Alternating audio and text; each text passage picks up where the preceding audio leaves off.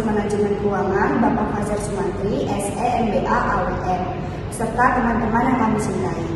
Kami dari kelompok 1. Sebelumnya, perkenalkan, nama saya Tia Suramesela. Nama saya Puspita Ramadhani. Nama saya Destia Rosa Putri. Pada kesempatan kali ini, kami ingin mempresentasikan tentang analisis fundamental keuangan pada PT Akasa Wira Internasional periode tahun 2021-2024. Untuk profil perusahaannya sendiri, PT Akasa Wira Internasional Tbk merupakan perusahaan yang bergerak di 2 sektor utama, yaitu air mineral dan kosmetik. Dalam analisis ini, kami akan menilai bagaimana kinerja keuangan perusahaan berdasarkan laporan tahunan selama 5 tahun terakhir untuk melihat sejauh mana perusahaan mampu bertahan dan berkembang di tengah persaingan bisnis yang ketat. Selanjutnya, di sini kita akan membahas latar belakang. Pertama itu, persaingan bisnis semakin ketat. Seperti yang kita tahu bahwa industri minuman dan kosmetik di Indonesia terus berkembang pesat. Banyak merek baru bermunculan, baik dari dalam negeri maupun luar negeri. Kondisi ini tentu membuat tingkat persaingan semakin ketat. Karena itu, PT Akasa perlu terus berinovasi baik dari sisi produk, strategi pemasaran, maupun efisiensi biaya agar tetap mampu mempertahankan pangsa pasar di tengah perubahan tren dan preferensi konsumen. Dan yang kedua, ada pentingnya laporan keuangan, di mana dalam situasi persaingan seperti ini, laporan keuangan menjadi alat yang sangat penting.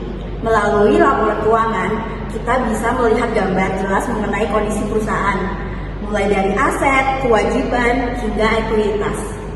Bagi investor, data ini sangat membantu dalam menilai apakah perusahaan memiliki prospek yang baik dan layak untuk dijadikan tempat investasi. Dan yang terakhir ada sejarah PT Akasa. Sedikit mengenai latar belakang perusahaan, PT Akasa berdiri sejak tahun 1985. Awalnya fokus pada sektor air minum, namun kemudian juga merambah ke industri kosmetik.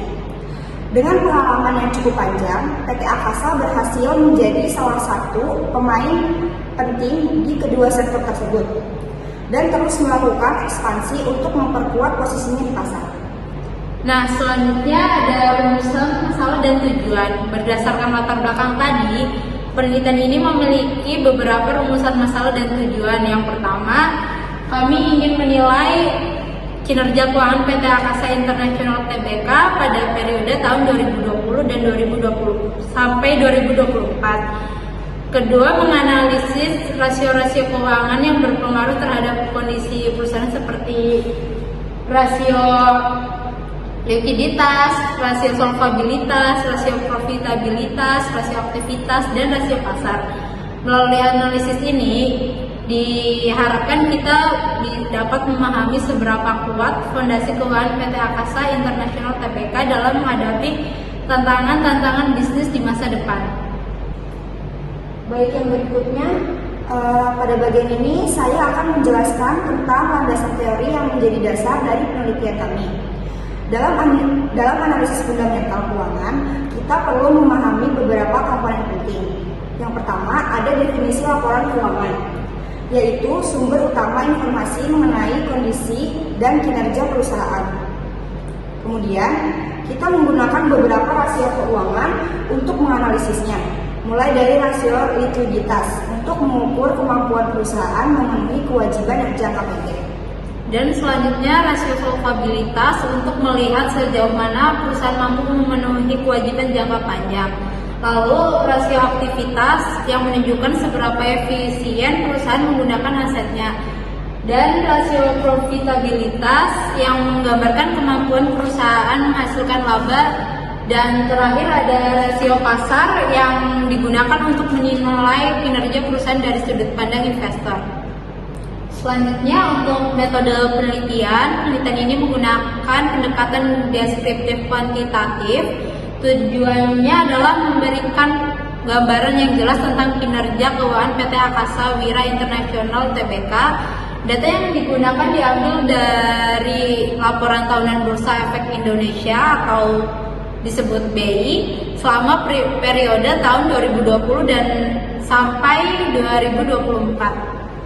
Analisis dilakukan menggunakan teknik analisis rasio keuangan agar kita bisa menilai berbagai aspek kesehatan finansial perusahaan seperti likuiditas, solvabilitas, aktivitas,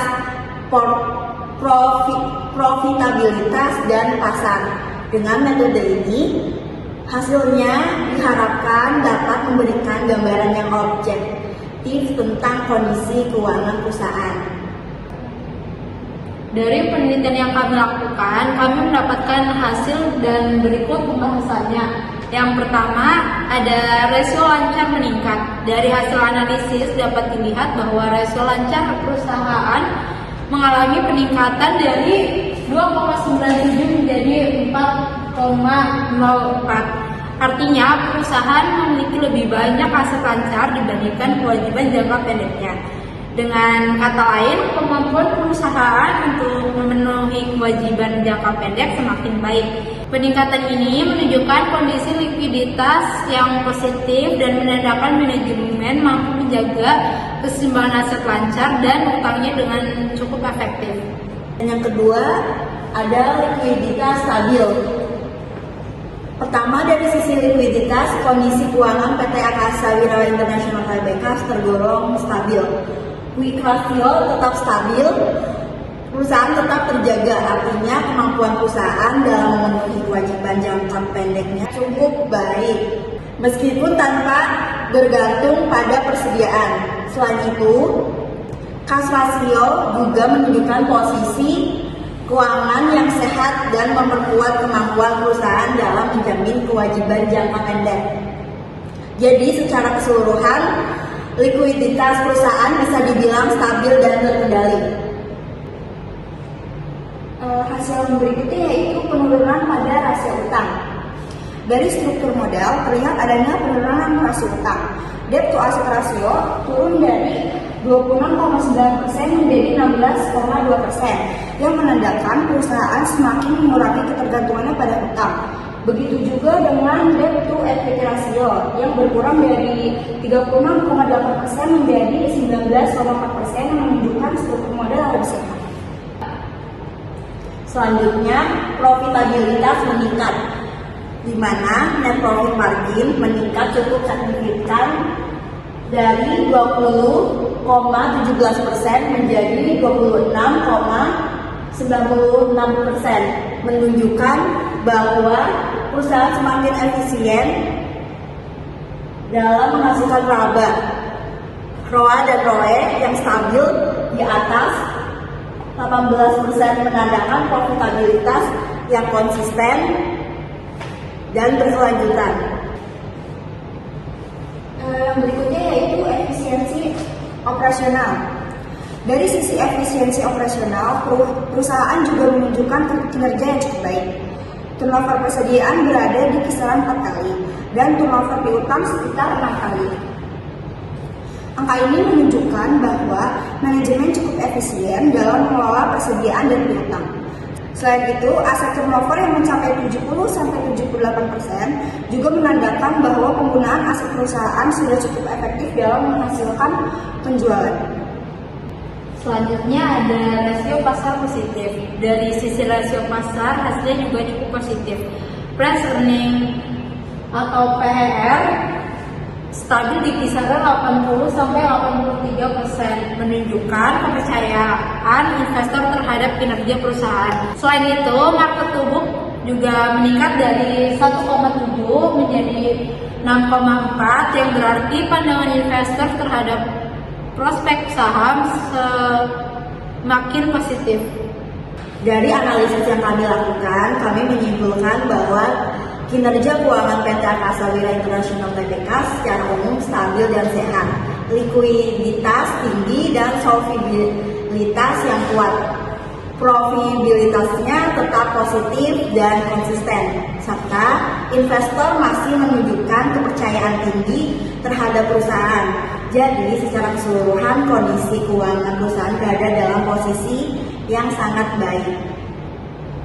Dan terakhir ada beberapa saran untuk perusahaan agar kinerjanya bisa terus meningkat.